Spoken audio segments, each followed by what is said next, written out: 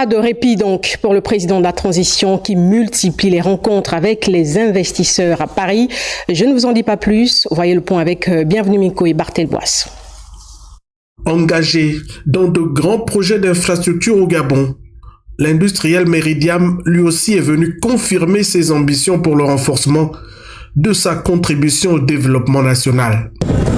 En échange avec le président concerné les investissements que Meridiam a au Gabon dans les 4 projets d'infrastructure dans lesquels on investit, la CETRAG, le port minéralier, le barrage de Kinguélé et la SAG, et notamment pour discuter de la finalisation et la livraison complète de cette route le plus rapidement possible. Le président du groupe Orano Mining n'est pas resté en marge de cette série d'entretiens avec le président de la transition. Je représente la société Orano Mine, qui a une filiale au Gabon depuis plusieurs décennies, qui s'appelle Comuf.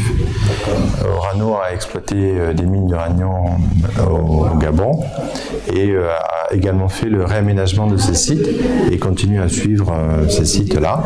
Et nous avons discuté de projets, à la fois le fait que Orano agissait comme mineur responsable et poursuivait le suivi environnemental de ces sites-là. Et nous discutions aussi la possibilité de permettre à d'autres sociétés de poursuivre les travaux d'exploration sur ces gisements. Et donc nous avons défini avec son Excellence comment poursuivre les travaux et les discussions. Et c'est un entretien qui était très positif de ce point de vue-là. Pour le président de la transition à Paris, les journées se succèdent et s'enchaînent au rythme des entretiens avec les investisseurs pour un seul idéal, le bien-être des Gabonais. Un séjour du chef de l'État en France qui suscite plusieurs réactions sur les enjeux de cette rencontre avec le président français. Joyce Lorna Wangui et Gérard Magnagna ont rencontré quelques cadres de la République. Écoutez leurs réactions. Je voudrais déjà, dans un premier temps, saluer justement cette action du chef de l'État, ce déplacement.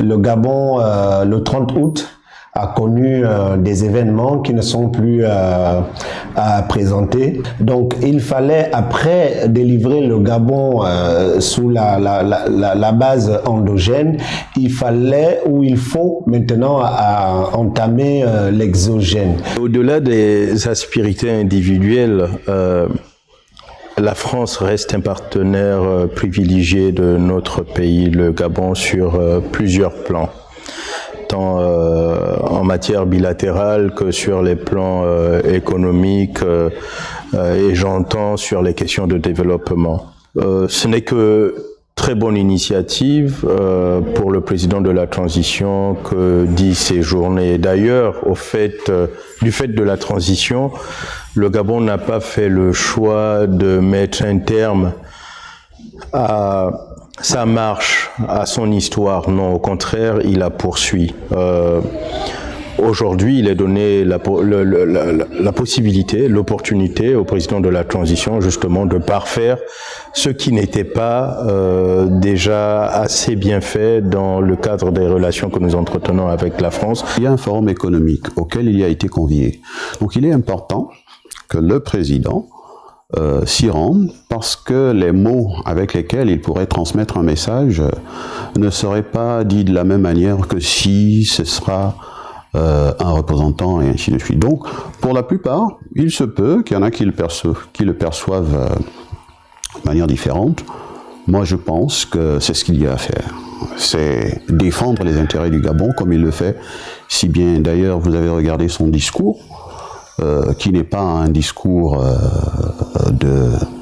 comme on pourrait le dire, d'Atalakou, ou un discours de louange. Il est allé dire clairement ce que le Gabon doit devenir, ce que le Gabon attend de ses partenaires et ce que le Gabon attendrait des partenaires français, en l'occurrence les entreprises françaises.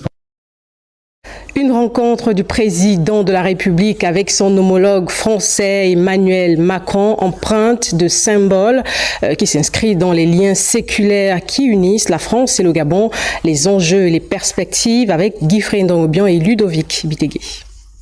Instituer une diplomatie multisectorielle à l'ère de la transition, c'est sans doute un des signaux forts que veut impulser Brice Clotaire Oligui-Nguema au moment de sa première visite d'État dans l'Hexagone. Une approche qui se distingue de la départementalisation chère à Léomba et du bilatérisme prôné par Omar Bongo Ondimba et son successeur. Il s'agit de redéfinir une ligne diplomatique en gardant bien sûr les acquis, mais en introduisant deux nouvelles choses, le réalisme diplomatique et le pragmatisme diplomatique, qui est la grande invention des militaires. Vous avez vu, depuis quelque temps, le président introduit dans la sous-région et un peu partout une nouvelle école diplomatique pour la sortie des sanctions infligées au Gabon au sujet de la manière même dont la transition s'est faite. L'analyse du séjour français du président gabonais revêt une symbolique qui annonce une refondation, voire un changement de paradigme. Le politomètre que je suis, la politométrie, la mesure mathématique de la politique, il voit trois grands éléments dans les symboles. Le premier symbole, c'est la presse française qui a utilisé la notion, c'est l'exception de cette diplomatie, l'exception gabonaise dans ce bilatéralisme. Il y a autre chose, c'est le principe d'inclusivité, qui est celui du chef de l'État, qui insiste dessus. Ça introduit une notion de pondération, ça veut dire que toutes les parties doivent être impliquées également, d'égal avantage. Le Gabon est le pays qui le mieux parle la langue française. C'est le pays le plus francophile de la planète. La question fondamentale, c'est de donner plus de puissance, de réception, de lisibilité de cette spécificité gabonaise. En diplomatie, il est toujours question de continuum, c'est-à-dire qu'on continue la ligne et il est question de creuser à l'intérieur de cette ligne des pans de mutation. Pour ce qui est des militaires, ce serait important au niveau de la ligne diplomatique du chef de l'État d'introduire une série de mutations à tous les niveaux. Économie donc, industrie, culture, défense. Il va y avoir un nouveau pragmatisme, il va y avoir une mutation qui peut-être va introduire un nouveau paradigme. Unis par des liens séculaires, le Gabon et la France consolident tant bien que mal leurs acquis diplomatiques et économiques, mais cette fois avec pour enjeu majeur un partenariat plus que jamais favorable au peuple gabonais. Voilà pour l'actualité sur cette visite officielle du chef de l'État